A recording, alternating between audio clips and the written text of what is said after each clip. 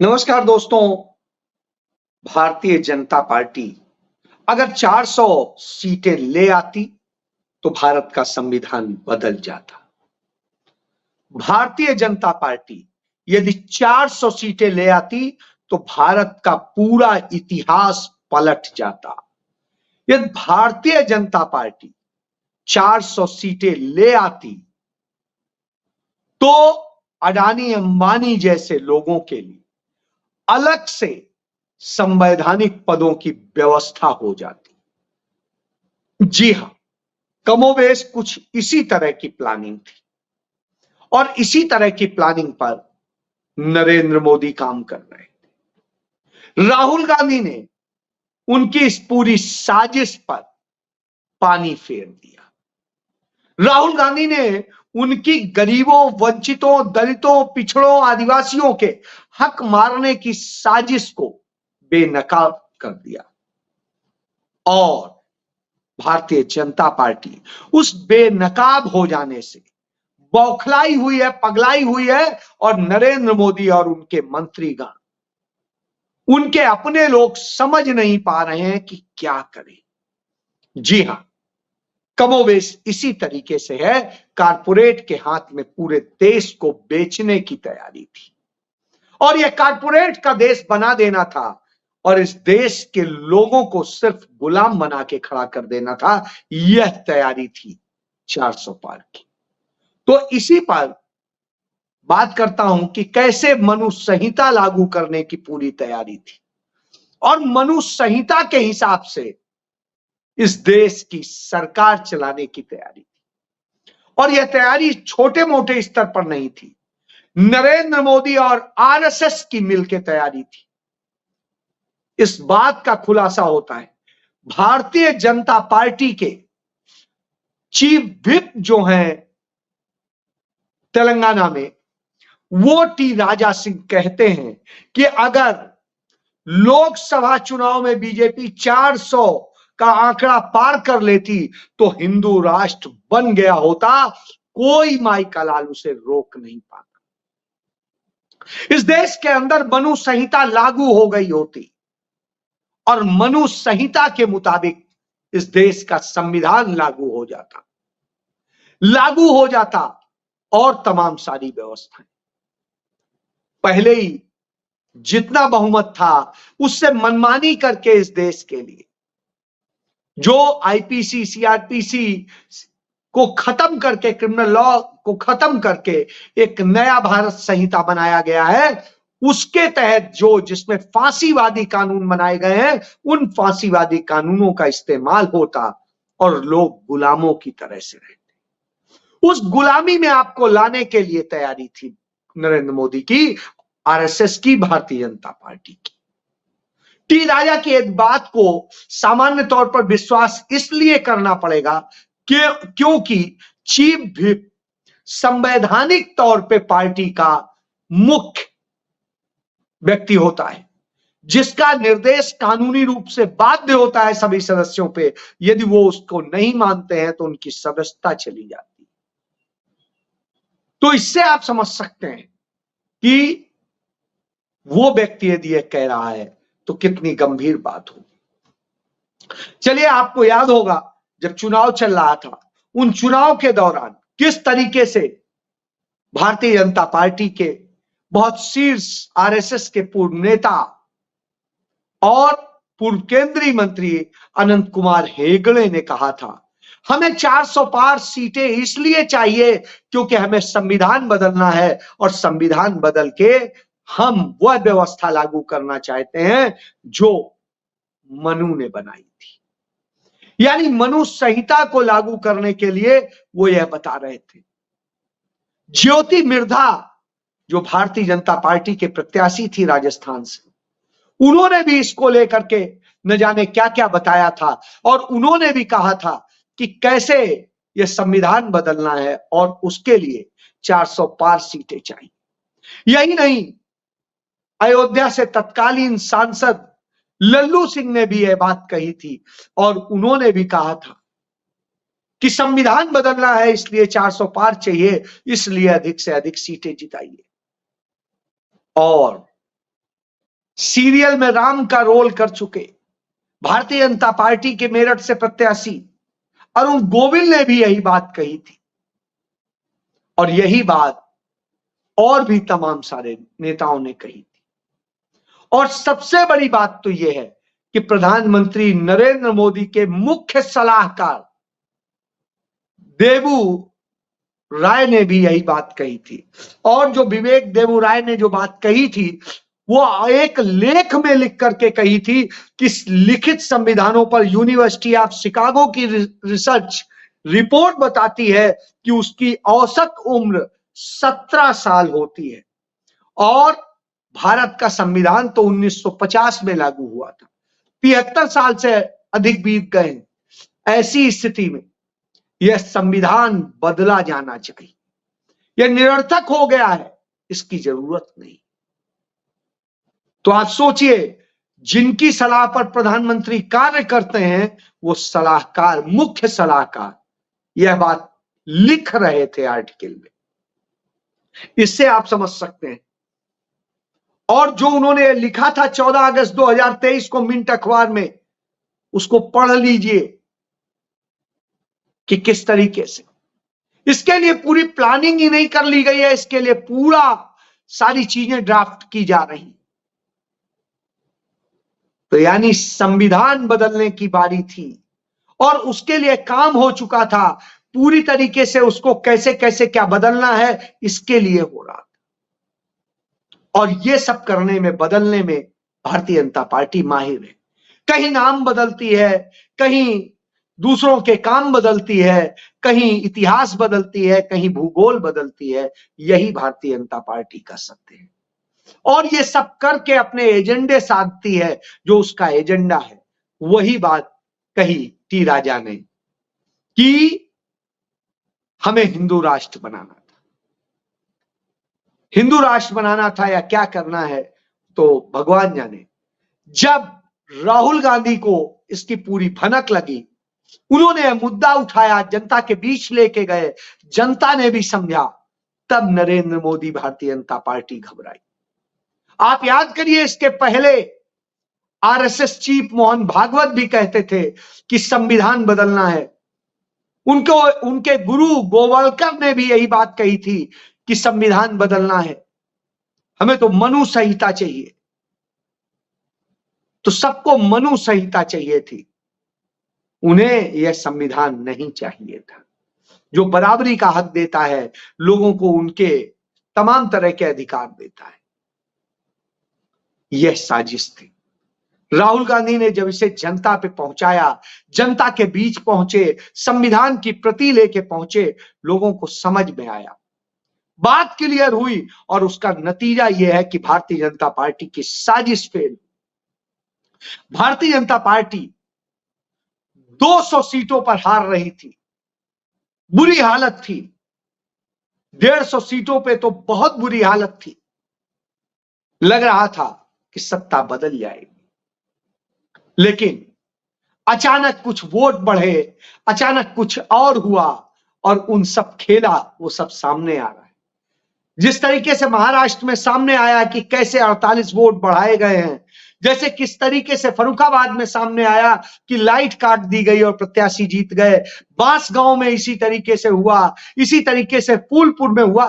तमाम उदाहरण मौजूद हैं, इतने उदाहरण मौजूद हैं जो बताते हैं कि जीत कैसे हुई।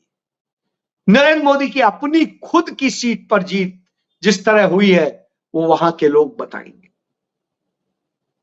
तो ये सारी जीतने के जो गलत तरीके अपनाए गए, इसके बाद भी भारतीय जनता पार्टी 241-42 पे अटक गई, यानी पूर्ण बहुमत के पास भी नहीं पहुंच पाई, और उसका मंसूबा धरा रह गया। अब जब मंसूबा धरा रह गया हो, सब कुछ धरा रह गया हो, तो करें क्या, कुछ समझ में नहीं आता। इस देश के अंदर जनता भर रही है, तमाम तरह के हादसे हो रहे हैं, तमाम तरह की घटनाएं हो रही हैं, तमाम तरह की घटनाएं कराई जा रही हैं, दंगे फसाद हो रहे हैं, लेकिन नरेंद्र मोदी तो मेलोडी करते घूम रहे हैं। मेलोडी करने के लिए वो क्या स्थिति होती है, जिस G7 के वो सदस्य भी नहीं है, वहां वो पहुंच जाते हैं।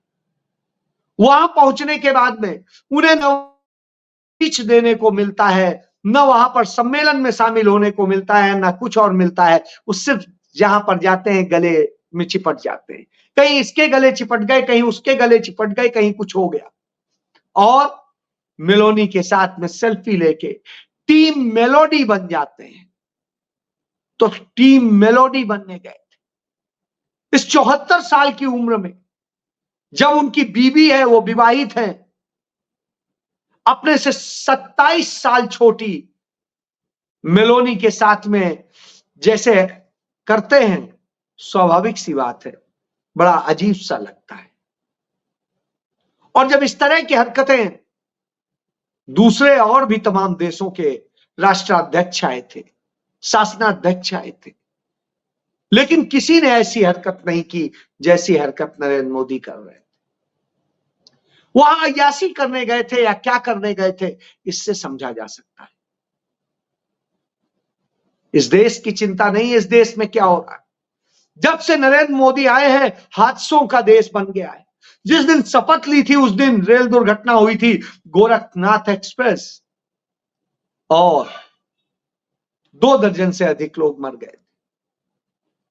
आज भी स्थिति ये, एक रेल दुर्घटना होती है और 1.5 दर्जन लोग मर जाते हैं, दर्जनों घायल। जिस तरह की हालत है, और ये लगातार हादसों चला है, आतंकी हमलों का काल रहा है 10 साल। यही नहीं, इसके अलावा मणिपुर में जो हुआ है उससे दर्दनाक कुछ नहीं हो सकता। नूह मेवात में जो हुआ है उससे दर्दनाक नहीं हो सकता। आदिवासियों और दलितों के साथ जो हुआ है उससे खतरनाक नहीं हो सकता। तो इस तरह की दशा हो तो आप समझिए, देश को नशे में झोंक दिया है। पंजाब में रोजाना कम से कम 1 से 2 लोग नशे के कारण मर रहे हैं, नशे की ओवरडोज के कारण मर रहे हैं। इतनी ज्यादा नशाखोरी हो गई, और यह नशा आ कहां से रहा है? गुजरात से आ रहा है। लेकिन नरेंद्र मोदी को तो फिक्र नहीं, क्योंकि वो अपनी मेलोडी करने से फुर्सत नहीं है। तो जब यह स्थिति हो तो सोचना होगा। उधर दूसरी तरफ नैरेटिव बनाने के लिए, अपने आप को हीरो बनाने के लिए तमाम इतिहास बदलते हैं, तमाम भूगोल बदलते हैं। जिस तरीके से चीन के आगे सरेंडर कर दिया है प्रधानमंत्री ने, उसका नतीजा है चीन ने हमारे यहां 5,000 वर्ग किलोमीटर जमीन कब्जा कर रखी है। उधर अरुणाचल से लेके सारी जगह पे हालात बिल्कुल बदले हुए, जो बड़ी मुश्किलों से भारत में मिलाया गया था। सिक्किम को मिलाया गया था नेफा को, और अरुणाचल प्रदेश बनाया गया था। उन सब में हालात बिल्कुल खराब हैं। बहुत बड़ा भूभाग चीन के कब्जे में है। लद्दाख की स्थिति बद से बदतर हो रही है, वहां तमाम संकट खड़े, कहीं कुछ हो रहा है, कहीं कुछ हो रहा है। बावजूद मोदी को कोई फिक्र नहीं है, बच्चों के भविष्य से कोई फिक्र नहीं है। क्यों? क्योंकि उनके तो कोई बच्चा है नहीं, तो दूसरे का बच्चा मरे तो उन्हें क्या फर्क पड़ता है? उन्हें उससे कोई फर्क नहीं पड़ता, उसके भविष्य से उन्हें कोई फर्क नहीं पड़ता। उन्हें फर्क नहीं पड़ता है कि क्या हो रहा है। तब आप समझ सकते हैं, तब वो साजिशें रचते हैं कि दुनिया में इतिहास कहीं नहीं बदले जाते, इतिहास तो बनते हैं। तो इतिहास को बदलने की कोशिश हो रही है। बच्चों को क्लास में जो पॉलिटिकल साइंस में, हिस्ट्री में जो पढ़ाई जाती थी, तमाम घटनाएं पढ़ाई जाती थी, उन घटनाओं को निकाल के बाहर किया जा रहा है। तमाम कोर्सेस को कम किया जा रहा है। चौथी बार इतिहास बदला जा रहा है नरेंद्र मोदी के शासनकाल में, एनसीईआरटी की बुक में, चौथी बार। और बार बार इतिहास बदल के अपनी नाकामियां छिपा रहे हैं, अपने कुकर्म छिपा रहे हैं। सुप्रीम कोर्ट में माफी मांगी थी इसी भारतीय जनता पार्टी ने, जो अयोध्या में हुआ था, बाबरी मस्जिद को लेके हुआ था।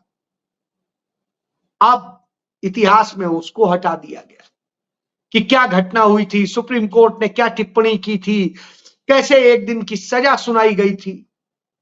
वो सारी चीजें हटा दी जा रही। हटाया जा रहा है कि कैसे जो है रथ यात्रा निकाल के और दूसरी चीजें करके एक ये आंदोलन खड़ा किया गया था और उसको वो आंदोलन हिंसक हुआ और हजारों हजार लोग मरे, उसको छिपाया जा रहा है। छिपाया जा रहा है कि कैसे गोधरा में नरसंहार हुआ, छिपाया जा रहा है और तमाम घटनाओं को। तो सारा इतिहास सब छिपा करके भूगोल को बदलने की कोशिश होती है और चीजों की होती है। तो आज समझ सकते हैं कि जब इस तरह की दशा हो तो आप जान लीजिए कि आपका प्रधानमंत्री कितना डरपोक है, कितना कायर है। इसीलिए कहा जाता है कि आरएसएस कायर लोगों की नर्सरी है। वहां पर कायरों की पौध तैयार की जाती है जो आपके लिए नहीं लड़ती, देश के लिए नहीं लड़ती, समाज के लिए नहीं लड़ती, सिर्फ अपने लिए लड़ती है और अपने लिए करती है। यही वजह है कि नरेंद्र मोदी, अभी लोकसभा चुनाव खत्म नहीं हुआ है, इटली से घूम के अय्यासी करके आए हैं और अब वो अगले चुनाव की तैयारी शुरू कर चुके हैं। अब विधानसभा चुनाव में कैसे कैसे क्या करना है उसका खेल शुरू हो चुका है और उसके लिए हर राज्य में चुनाव प्रभारी नियुक्त किए जा रहे हैं और चीजें की जा रही। उधर आरएसएस छद्म खेल रच रहा है, छद्म लड़ाई लड़ रहा है। एजेंडे तो उसी के बन रहे हैं, उन्हीं के एजेंडों में काम हो रहा है, उसी के लिए सारा खेल है।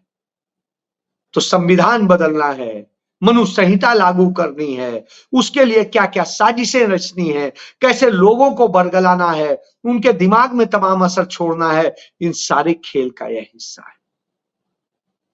तो नरेंद्र मोदी अब इस खेल में, उन्हें कोई इस देश के लोगों की फिक्र नहीं है, इस देश के लोगों के हक की नहीं।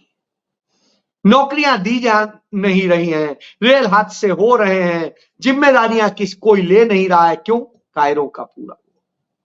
तो कायरों की जमात हो तो आप क्या उम्मीद करेंगे?